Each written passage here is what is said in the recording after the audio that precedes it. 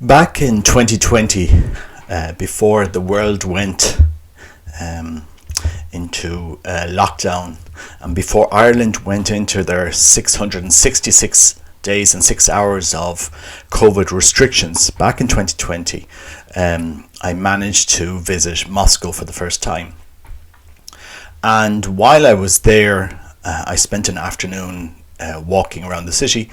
I love, in any city, I like to take, walk around the city, just see what it's like, and, see a city on the ground, take public transport, go on the metro. You can do, you see the city in a different way.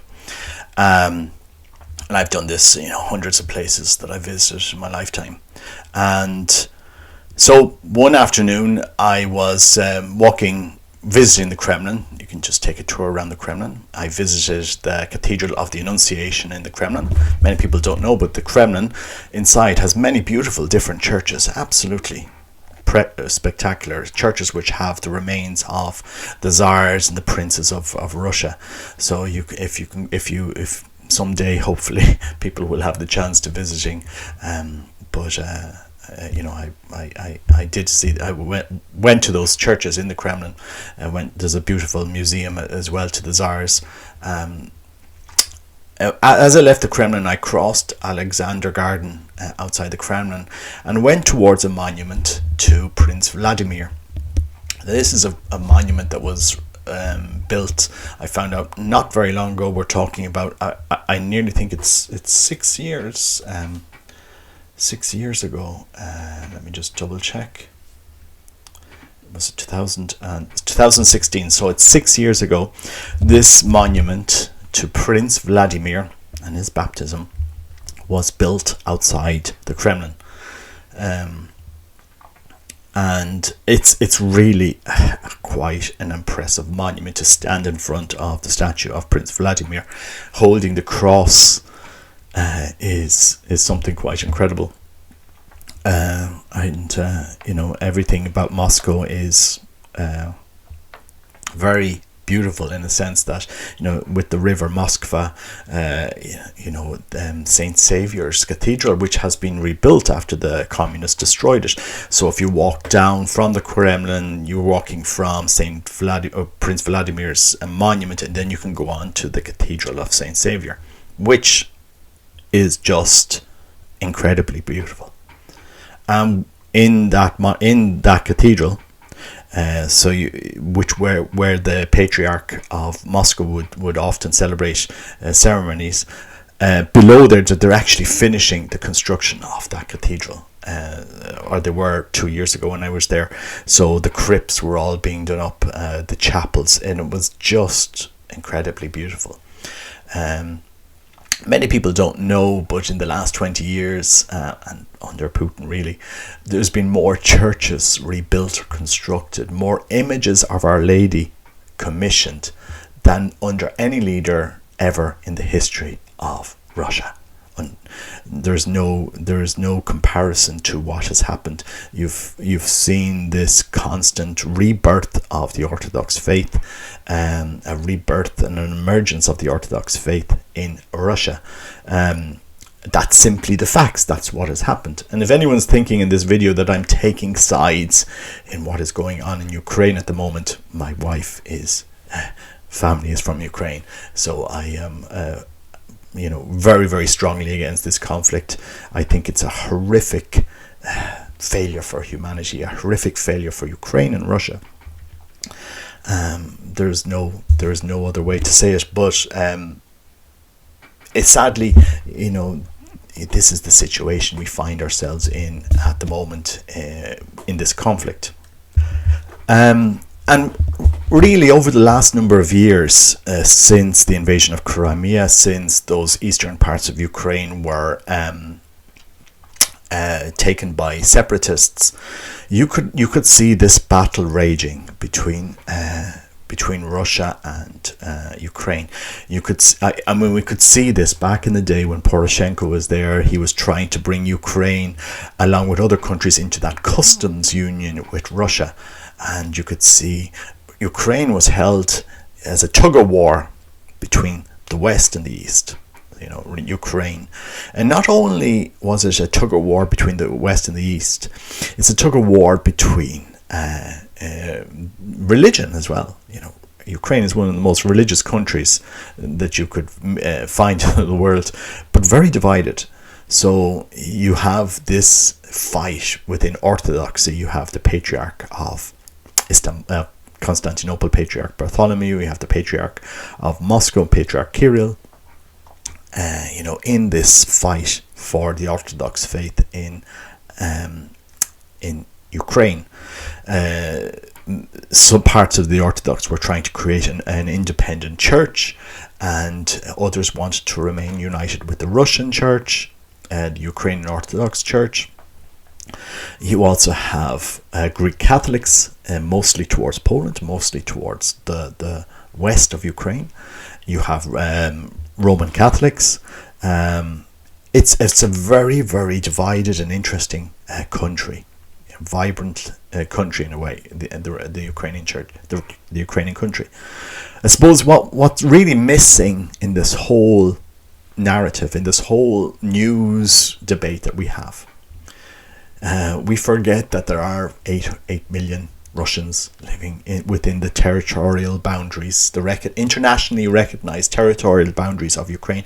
There are 8 million Russians, which is, if I'm not mistaken, it's approximately there's 44 million. So you're looking at, say, 20% roughly of the Ukrainian population are ethnic Russians, day-to-day speaking Russians. And in Ukraine in general, Russian would be widely spoken and widely understood. The two languages are not a million miles apart in being able to be understood by each other. I mean, this is where I'm going back to that statue that was erected 6 years ago in outside the Kremlin. Prince Vladimir, Russia and the faith in Russia, the Orthodox faith, the Russian Orthodox faith, this faith that is still celebrated in a language called Old Slavonic, owes its origin to Kiev, Kievan Rus. Prince Vladimir was baptized in Kiev. So in a way, it's one of the spiritual heartlands of the Russian people, of the Russian faith, the Orthodox faith. It's a spiritual heartland of the language that they speak, which would have, come from Kiev to the rest of Russia. And we see a lot in this narrative here, the political narrative, but we really forget the spiritual narrative that is going on in the background here. I don't know if many people are aware, but on Friday we had the official consecration of Russia to the Immaculate Heart, and this is the first time that Russia has actually been named in the consecration. And Malachi Martin, an Irish Jesuit who was the secretary to Cardinal Bea, he mentioned in an interview something very interesting about the Third Secret. And he says, as regards the mystery of Fatima, it still stands. So Russia is within the plans. That would take me too far afield into papal secrets. Why Russia and Kiev are involved in the final solution of this problem? But they are part and parcel, and really God's choice. And it is purely and simply God's choice. Like he chose the Jews, he has his own favourite solutions. I wouldn't have chosen Russians or Kiev or the East for salvation, but it is to come from the East. So that is Father Malachi Martin, very controversial figure.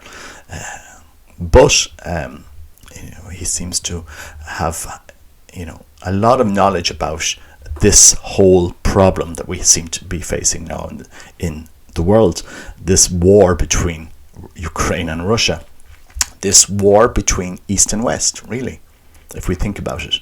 If we look at our Western society, if we look at Europe at the moment, we see a dying population, especially in Portugal, Spain, Italy, far, far lower birth rates than Russia, for example.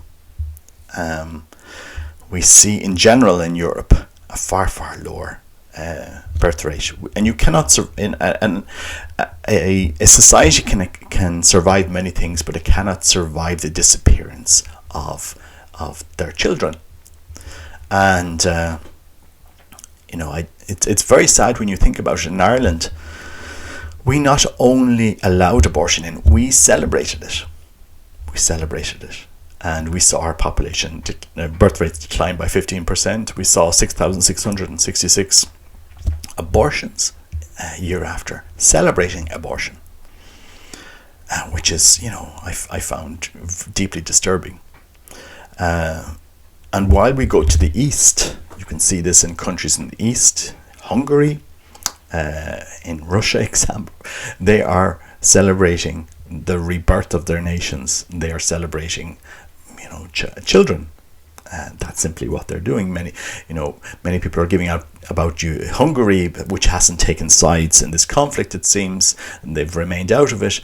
Hungary is looking after Hungary's interest, while Russia will look after Russia's interest. And if anyone thinks I'm taking sides in this conflict, I really am not. I'm against war. I was against the war in Iraq 20 years ago. I'm against this war. It's a complete failure. It's a failure. But the signs were there. The signs were there that this was coming. We saw the annexation of Crimea. We saw Moscow build that monument to Prince Vladimir. We saw this large minority in Ukraine really not having the voice that they asked for. And we can always reflect on what happened in Ireland. It took us nearly it took us 80 years to have a peace agreement, to change our constitution, to relinquish the constitutional right to a part of this island. That did happen. Instead of killing each other, we had to sit down and talk. And at some stage, Ukraine and Russia will have to sit down and talk. Ukraine will have to acknowledge the reality that they have 20% of the population, which is Russian. They will have to acknowledge that the Ukrainian Orthodox has 6.6 million people.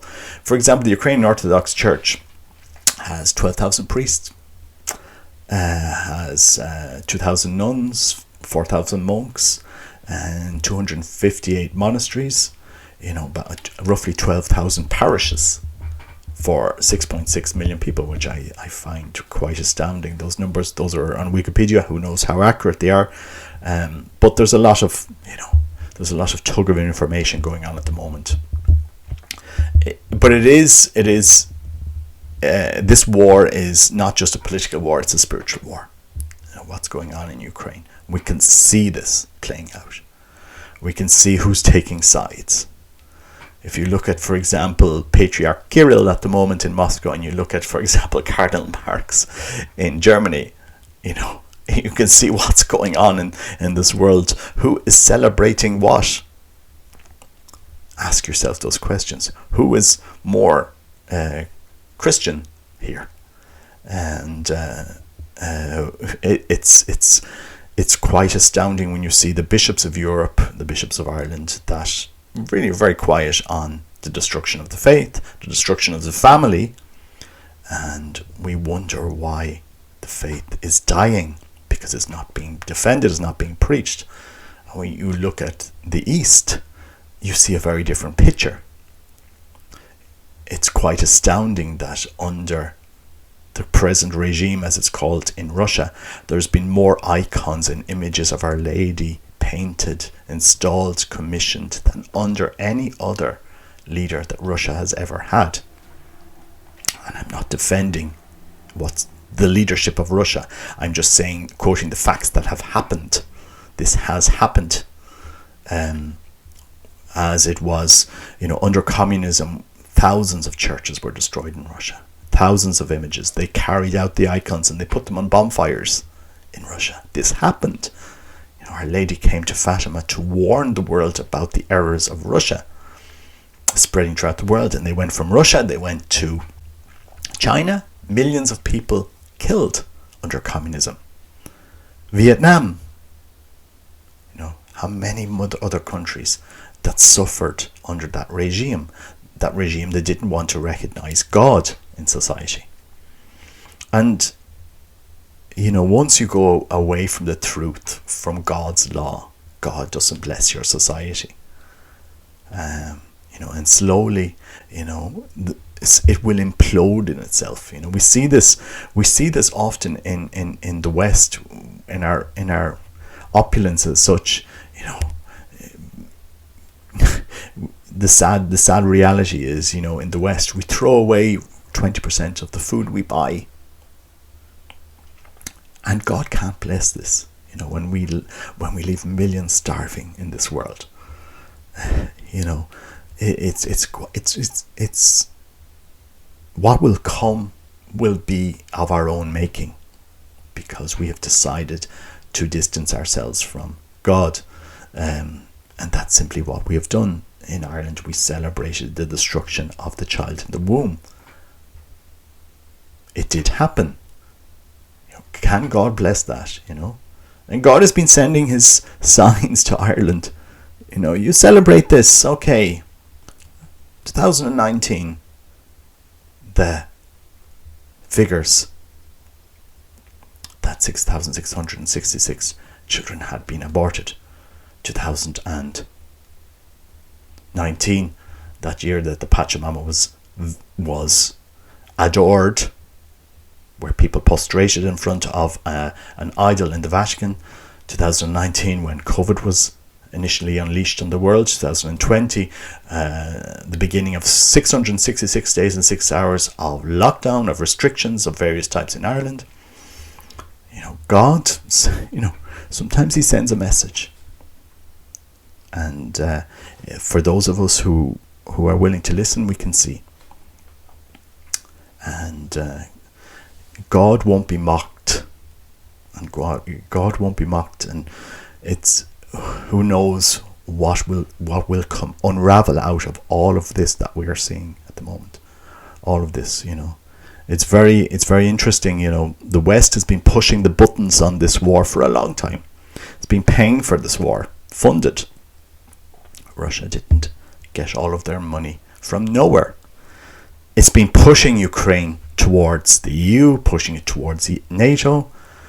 This is like saying to the United States that Cuba should have missiles on the United States doorsteps. That we should allow Russia put missiles in Cuba. No, why? That's not prudent. Why would the US allow that? But why would Russia allow missiles on their doorstep in Ukraine? The same narrative is being used by both sides. If we can't have missiles in Cuba, why should we have NATO and missiles in Ukraine? And these are logical questions. And Ukraine should have been able to be ahead of the ball here. And there's a reason why Finland isn't part of NATO. And there's a reason why Ukraine will have to realize that it shouldn't be part of NATO. But it's a very sad situation. There are no real winners in this situation for this horrific war that's happening. And it's desperately sad. It's desperately sad because we see people who are Christians destroying each other. Orthodox Christians in many ways destroying each other. What example do we give to Christianity when we do this? But these are forces at play, both sides. The devil is very intelligent at dividing. That's what he always does. The devil always divides. Always. The devil doesn't want unity. And this is, even from the earliest days, this is the case. The devil always wants division, and he will divide where he can. And Our Lady, I just think it's very interesting, that quote from Malachi Martin. It's very interesting, the whole thing that's playing out at the moment in the world. This conflict, has that spiritual dimension to it. If you follow the Orthodox news, you will see this fight playing out. Rome, Moscow, which is the third Rome, Moscow and Constantinople, Istanbul, this constant battle between the two of them. The Patriarch Bartholomew trying to create an autocephalous Ukrainian church, and Moscow trying to retain the Ukrainian Orthodox Church. And this tug of war between religious leaders, while Patriarch Bartholomew has the primacy of the Orthodox Church, Patriarch Kirill has the largest Orthodox Church in the Orthodox world. If you go to the Danilov monastery in Moscow, where the Patriarch lives, you'll see a very large complex, a very large monastery, and this is a spiritual war. This is what's happening at the moment. There's that spiritual dimension. There's political dimension. There's also a spiritual dimension. We have to recognize it for what it is, but nobody wins in this war. This war has no happy ending, it will just divide more. Orthodox, it'll divide Ukraine, and I think in the long run, at some stage, they'll all have to sit down and have a peace deal, like the Irish and the English had to do it after so many years, and nobody really was happy with that deal. But it's either that or continue to kill each other, which is not sustainable in the long run. So that was just my reflection on what is going on in this terrible conflict. And at the moment we need to pray as Catholics for peace. We need to pray that Our Lady is able to move hearts and to bring back unity to the church, to move hearts and to bring us to that peace that she has promised, that her Immaculate Heart will triumph. And I suppose we don't know the plans, we don't know what will come from this, but it's something will happen from this.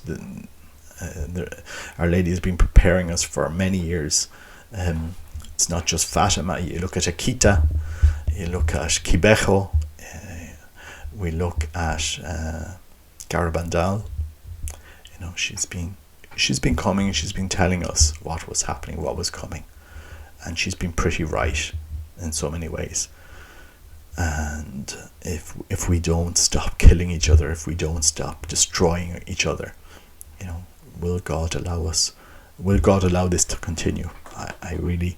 It's really startling, especially Akita, which has so many parallels to Fatima.